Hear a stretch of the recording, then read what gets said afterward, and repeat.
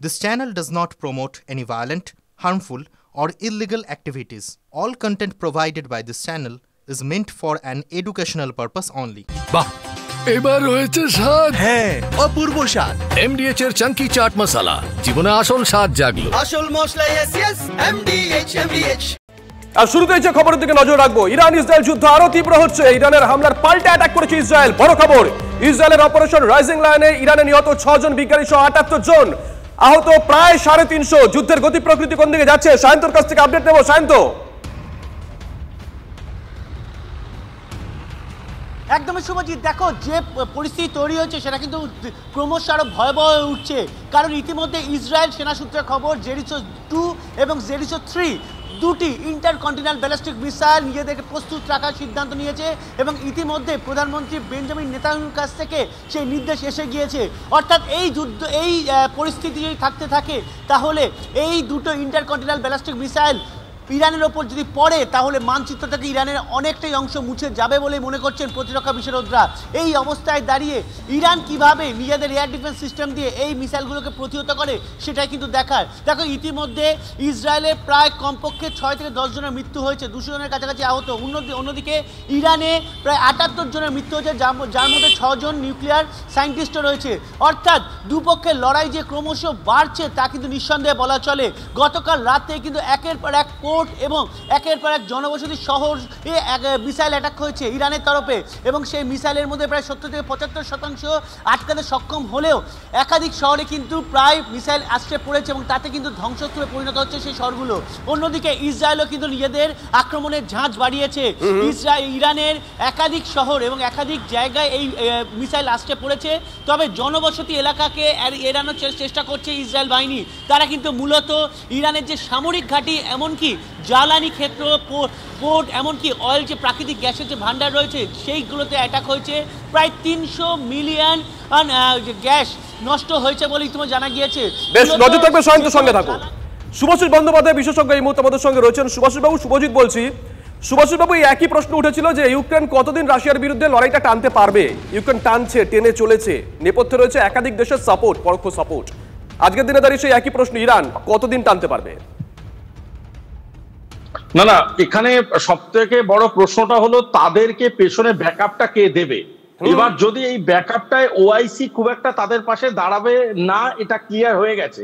কারণ বাকি যে দেশগুলো দাঁড়াচ্ছে তারা নিজেদের পিঠ বাঁচাতে দাঁড়াচ্ছে, যেমন জর্ডান, ইয়েমেন।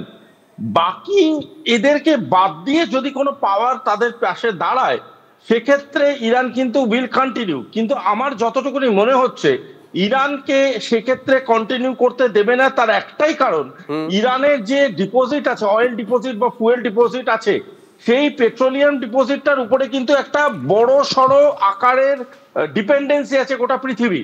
এবং সেই ডিপেন্ডেন্সি গুলো কোনোভাবে হ্যাম্পার হোক, সেটা সুপার পাওয়াররা যেমন চায় না, সেটা এমনও অনেক লোক চায় না যারা পরবর্তীকালে সেটা বিক্রি করে বা সেটা ব্রোকারি করে নিজেদের ইকোনমিটাকে বাড়াবে। সুতরাং তারা চেষ্টা করবে যত তাড়াতাড়ি সম্ভব ইরানকে ইসরায়েলের সাথে টেবিলে বসাতে। সুভাষিস বাবু, হয়তো প্রসঙ্গটা পরে উঠতো, কিন্তু যেহেতু আপনি প্রসঙ্গ তুললেন, ছোট্ট করে এক লাইনে একটা উত্তর চাইবো। ওপিইসি সব থেকে বড় তেল রপ্তানিকারক দেশ হচ্ছে ইরান, এখনো পর্যন্ত যে তথ্য আমরা জানি। সেক্ষেত্রে ইরান যদি বেশ কিছুদিন টেনে দেয় কারো সাপোর্টে, তাহলে এশিয়ায় কি প্রভাব পড়তে পারে আর্থিকভাবে? একটা ক্লু দিয়ে রাখি, প্রথম যুদ্ধ শুরু হয়েছিল সেদিনকে কিন্তু শেয়ার বাজারে ধস দেখেছিলাম সঙ্গে সঙ্গে। হ্যাঁ, শেয়ার বাজারটা তো একটা ব্যাপার, এবং প্রচন্ড রকম ভাবে যে কোনো রকম অয়েল এবং অয়েল ডিপেন্ডেন্ট ইন্ডাস্ট্রি প্রচন্ড রকম ভাবে আঘাত পেতে পারে due to the increase of oil price and petroleum price. এটাই ওয়ান লাইনারে আমি এইটুকুনি বলছি। বেশ, সঙ্গে থাকুন, সঙ্গে থাকুন। একদম এর মাঝে কিন্তু আমাদের অন্য খবরের দিকে নজর রাখতে হবে এবং এই প্রসঙ্গে ভীষণই আশঙ্কার খবর বলা যেতেই পারে, কারণ এবার কি ইরান ইসরায়েল পরমাণু যুদ্ধ হতে চলেছে। আমাদের সঙ্গে রয়েছেন সহকর্মী সুমন। সুমন, কেন এই আশঙ্কার কথা বলছে, কেন এই আশঙ্কার প্রশ্ন জাগছে আমাদের মনে? দেখো, ইসরায়েল লাগাতার যে আক্রমণ চালাচ্ছে, সেখানে ইসরায়েল আক্রমণ চালিয়েছে ইরানের ডিফেন্স হেডকোয়ার্টারে এবং তার সঙ্গে সঙ্গে ইরানের যে গবেষণা কেন্দ্রগুলো রয়েছে নিউক্লিয়ার রিসার্চ সেন্টারগুলো, সেগুলোতে ক্রমাগত হামলা চলছে এবং ইসরায়েলের তরফ থেকে দাবি করা হয়েছে যে তারা মিসাইল ছুড়েছে। সেই মিসাইল কিন্তু একেবারে সামরিক ঘাঁটি লক্ষ্য করে এবং ইরানের যে ডিফেন্স হেডকোয়ার্টার তা প্রবলভাবে ক্ষতিগ্রস্ত হয়েছে। সেই জায়গায় ইরান কিন্তু অলরেডি মারণ কামড় বসিয়ে দিয়েছে। তারা তেল আভিভ এবং হাইফাতে ক্রমাগত মিসাইল ছুড়ে যাচ্ছে, এরপর ইরানের কিন্তু আর করার কিছু থাকবে না। তার কারণ অস্ত্র ভান্ডার যদি দেখা হয় ইসরায়েল অনেকটা এগিয়ে, ফলে ইরান কিন্তু বেপরোয়া হয়ে নিউক্লিয়ার ওয়েপেনের দিকে এগোতে পারে। যদিও ইন্টারন্যাশনাল অ্যাটমিক এনার্জি অ্যাসোসিয়েশনের তরফ থেকে পরিষ্কার করে দেওয়া হয়েছে কোনোভাবেই কিন্তু ইরান তাদের পরমাণু শক্তি নিয়ে ম্যাল প্র্যাকটিস করতে পারবে না, কিন্তু তারপরেও ইরানের সুপ্রিম লিডাররা তারা কিন্তু ক্রমাগত হুঁশিয়ারি এবং উস্কানি দিয়ে যাচ্ছেন যে কোনো মুহূর্তে কিন্তু ইরান মিলিটারি কোনো চরম পদক্ষেপ করতে পারে। ইসরায়েলও কিন্তু প্রস্তুত রয়েছে, তবে তেল আভিভ হাইফা এইগুলোতে কিন্তু ক্রমাগত এত মিসাইল ছুটছে ইরান, সেখানে কিন্তু ইসরায়েলের যে আয়রন বিম এবং আয়রন ডোম সেগুলো কিন্তু সবকটাকে অ্যান্টিসিপেট করতে পারছে না, ফলে সিভিলিয়ানদের মৃত্যু হচ্ছে, যেটা কিন্তু ইসরায়েল একেবারেই ভালো চোখে দেখছে না।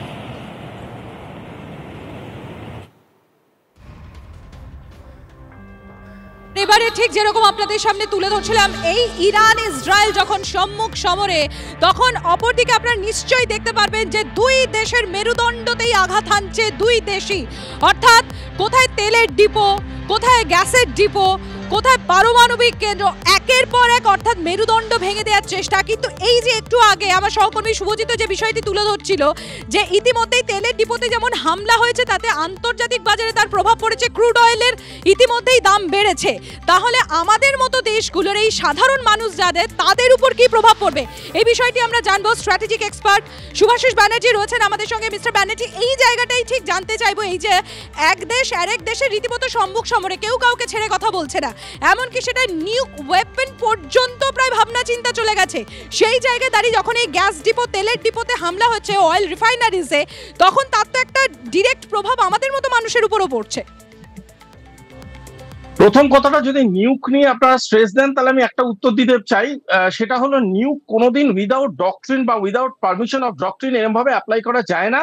এটা হচ্ছে অনেকটা ওই পাড়ার গুন্ডার পিস্তলের মতো, কোমর থেকে দেখা যায় কিন্তু বারবার করে বার করে শুট করে দেওয়াটা ওটা ছেলে খেলার কথা নয়। দ্বিতীয় কথাটা হচ্ছে যে যেটা আপনারা অয়েল বা ক্রুড নিয়ে বলছেন, সেই মার্কেটে ইন্ডিয়ার একটা প্লাস পয়েন্ট হচ্ছে ইন্ডিয়ার মাল্টি ডিপেন্ডেন্সি বা মাল্টি ট্রিটি আছে। সেই মাল্টি ট্রিটিতে যদি তারা ইরানের থেকে আঘাতটা পায় বা ইরানের থেকে জিনিসটা কনজিউম করতে তাদের প্রবলেম হয়, সেক্ষেত্রে হ্যাঁ আমাদের ইকোনমিক প্রবলেম হবে, আমাদের দাম বাড়বে, বাট অ্যাভেলেবিলিটির ক্ষেত্রে we have multiple supply chain, সেখানে আমরা সেটা শিফট করতে পারবো। ইন্ডিয়ার ক্ষেত্রে একটা প্রবলেম খুব বড় করে দেখা দিতে পারে, কারণ ইরানও যদি যুদ্ধে লিপ্ত থাকে এবং অন্যদিক থেকে রাশিয়াও যেহেতু যুদ্ধে লিপ্ত আছে, তাই জন্য আমরা যে অয়েল প্রাইস ব্যালেন্সিং এর যে কনসেপ্টটা, সেই কনসেপ্টটা অনেকটাই পিছিয়ে পড়তে পারি। তার কারণ আমাদের মেইন যেখান থেকে আমরা এই অয়েলগুলোকে কনজিউম করি, সেই দুটো রাষ্ট্রই আজকে নিজেদের মধ্যে সামরিক ঝামেলার সাথে লিপ্ত আছে। সুতরাং আমাদেরকে এখানে মাল্টি ডিসিপ্লিনারি থিঙ্কিং করতে হবে, বহু এমন দেশ বা বহু এমন অ্যালাইয়ের সাথে আমাদের যুক্ত হতে হবে যেখান থেকে আমরা হয়তো অল্প কোয়ান্টিটিতে অ্যাবজর্পশন করব, কিন্তু সেই অ্যাবজর্পশন কন্টিনিউটিটা রাখতে হবে, আদারওয়াইজ আমাদের হাই প্রাইসের দিকে নিজেদেরকে প্রস্তুত করতে হবে। মিস্টার ব্যানার্জি, ভারতের তরফ থেকে ইতিমধ্যেই আশ্বাস দেওয়া হয়েছে যে আমাদের যথেষ্ট ব্যাকআপ রয়েছে, এই ক্ষেত্রে আমরা কতটা আশ্বস্ত হতে পারি খুব সংক্ষেপে? হ্যাঁ, ভারতের ব্যাকআপ রয়েছে, কারণ ভারত মাল্টি লেয়ার থিঙ্কিং করে এই গোটা অয়েল অ্যালগরিদমটা বানিয়েছে, এবং অ্যালগরিদমটা এমন ভাবে বানিয়েছে যে লং টার্ম যদি ঝামেলা চলেও তাহলে ভারত অ্যাটলিস্ট সাস্টেন করতে পারবে till the period it is stable. সঙ্গে থাকুন মিস্টার ব্যানার্জি।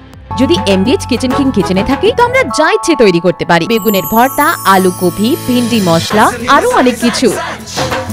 MDH